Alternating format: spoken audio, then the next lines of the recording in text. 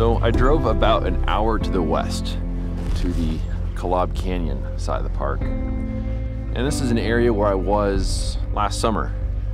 My wife and I stopped through Zion on the way back from Wyoming for the eclipse. And we took some time to hike the Taylor Creek Trail, which is pretty cool. And I might go over there a little later today, but today I'm in another area.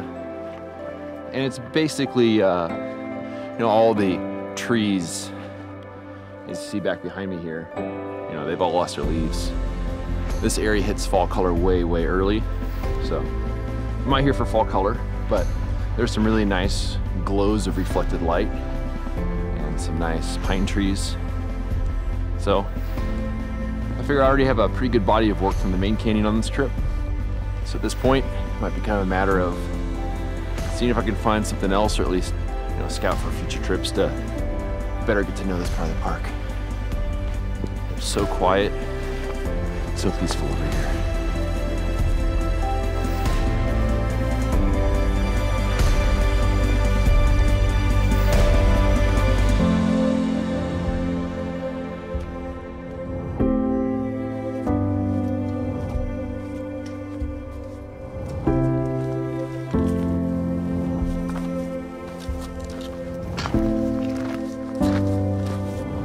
So I decided to come over here to the Taylor Creek Trail, and I've hiked a good chunk of the way back there, and I found something that's kind of cool. So I went ahead and set up my camera. So basically the creek is kind of flowing through here, and there's some natural oils that are in the water that have this really cool blue reflection, especially when you pair it with the sky. And our light source is up over here. We got some direct sunlight hitting that sandstone, which has some nice reflected light in here. So the combination of the leaves floating here, the oils, the reflected light, it's all a really, really nice scene. Very precarious way to set up the camera here, but I think it's pretty solid. The right leg's kind of in a little bit of a kind of quicksandy sort of material, but I think it'll be all right. I already used my light meter. It's ended up being a 30-second long exposure, so I just gotta go ahead and try to not collapse that bank right there as I stand there and make the exposure, but I think this will look pretty cool.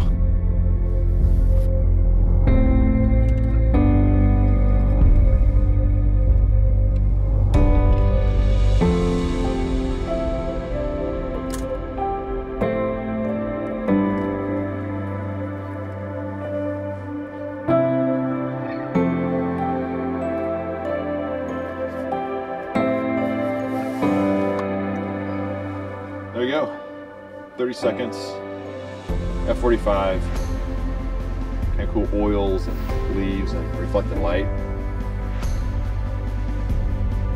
That's cool.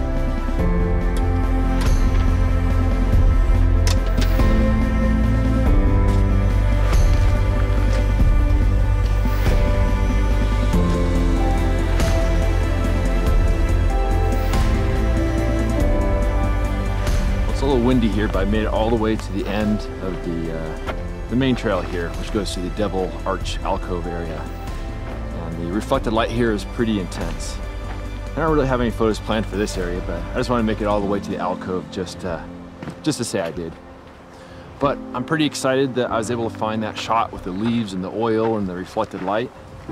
Still tricky to shoot, but my goal for each day of the trip is to shoot at least one photo, so now I kind of have a bit of a feeling of a sense of accomplishment.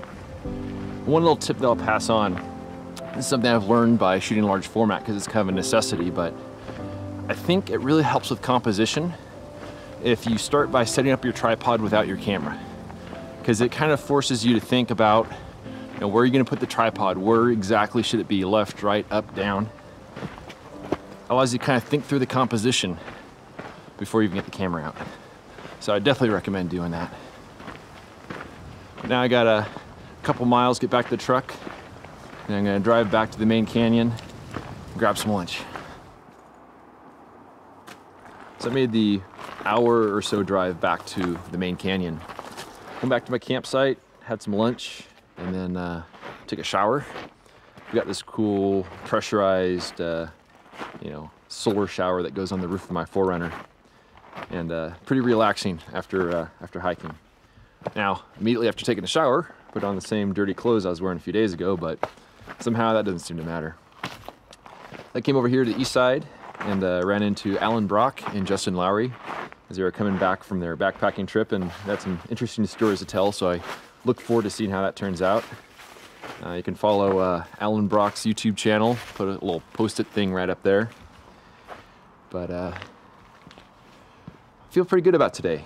You know, it was a lot of work hiking around, but I did find that one scene I really liked and made those 2 exposures of it.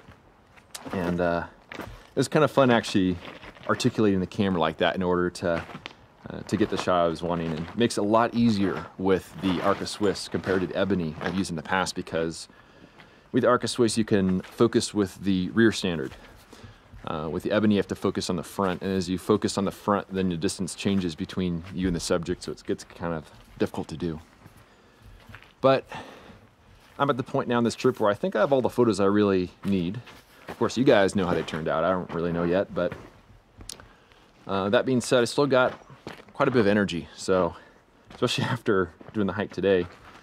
Probably spend a few more days here kind of wandering around here on the east side. It's supposed to be cloudy tomorrow, and so probably not really good for shooting, but I'd really love to get to know the place even more. So that's kind of our plan for tomorrow.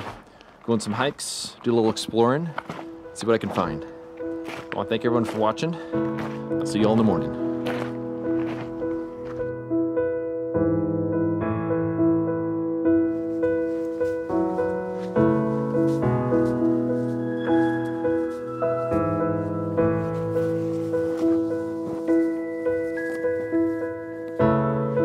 So it is a calm, quiet, and cloudy morning here in Zion. I came over here to the east side just to spend some time scouting around, because today probably is not going to be a great day from a photographic standpoint. It's probably going to be kind of overcast for much of the day. And I really need to have the blue skies for reflected light to really make some of the subjects look their best. Cloudy days like this might be good for some kind of overall scenes where you kind of show the greater part of the landscape, but that might be a little bit later in the day. I don't really have any subjects in mind for that, but if I see something, you know, I definitely am able to shoot a photo today. But I figure I'll take this as an opportunity to kind of wander around, see if I can find some pretty cool subjects, maybe for future trips when the lighting is a little bit better. But one of the things on this trip so far is it's kind of gone by really fast, and I really haven't had the feeling that, you know, I'm here. It's kind of weird. I think I've been so preoccupied with shooting photos and finding subjects, especially since the fall color was really early this year, that I kind of haven't taken the time to really enjoy Zion really for what it is. So maybe that's what this part of the trip is all about. Just exploring, relaxing, enjoying Zion.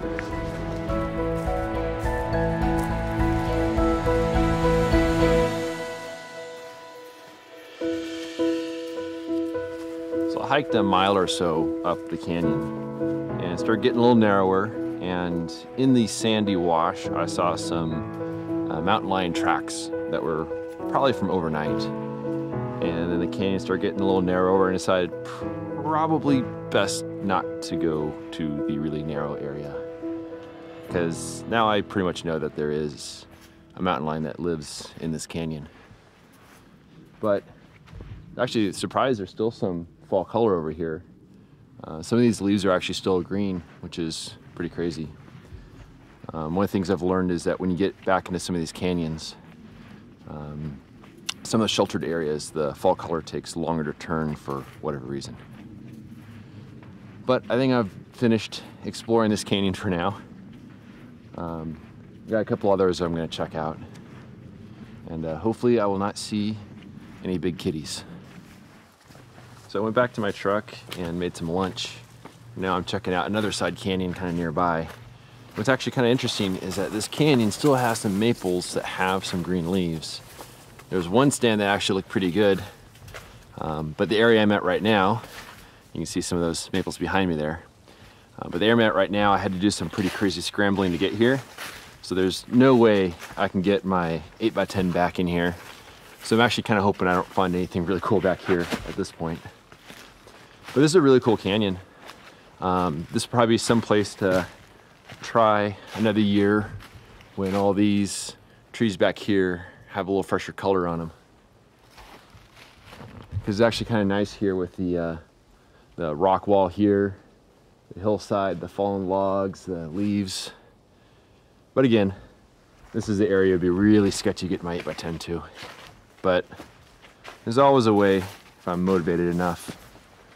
But this is definitely a place that's really high on my list for next year. And now that I know that the fall color is still pretty decent here, even when it's pretty late in the season, I know that it'll be pretty good after everything else is kind of on its way out. I just love these side canyons. So much to explore. You never really know what's around each corner.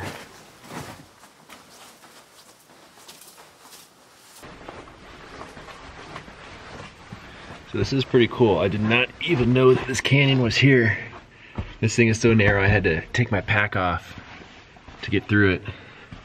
Just goes to show that if you spend a little time scouting, you'll find some pretty cool stuff. So cool. There's something very humbling about scrambling through the wild and twisted side canyons on Zion's east side. Day 8 wasn't about photography, or even really about scouting for subjects. It was about exploring my surroundings, enjoying the experience, and getting lost in the moment. These are the experiences that keep me coming back year after year. Later that evening, as I was heading back to camp, I thought about all the work I had done over the past week, the many miles I'd hiked, the subjects I'd found, and the film I'd exposed. I was satisfied with the work I had done and looked forward to seeing the results.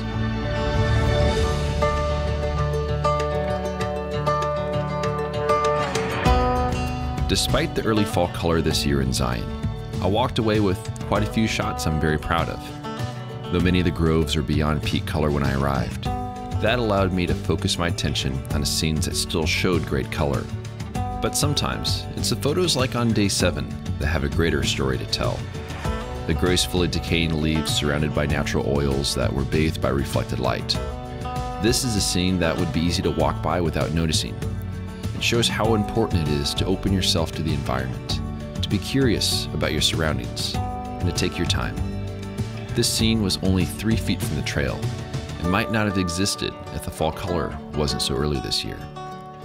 Thank you as always for joining me on this adventure, and I look forward to sharing my next trip. If you enjoy this ad-free content and want to help me live my dream, a voluntary contribution of just $24 a year helps keep my gas tank full and my film freezer stocked. For more information on how to support me and my work, please visit the donation section of my website at benhorn.com/donate. I also have prints and my 2017 portfolio box set available on my website. You can find a direct link down below in the show notes. Thanks in advance for your support.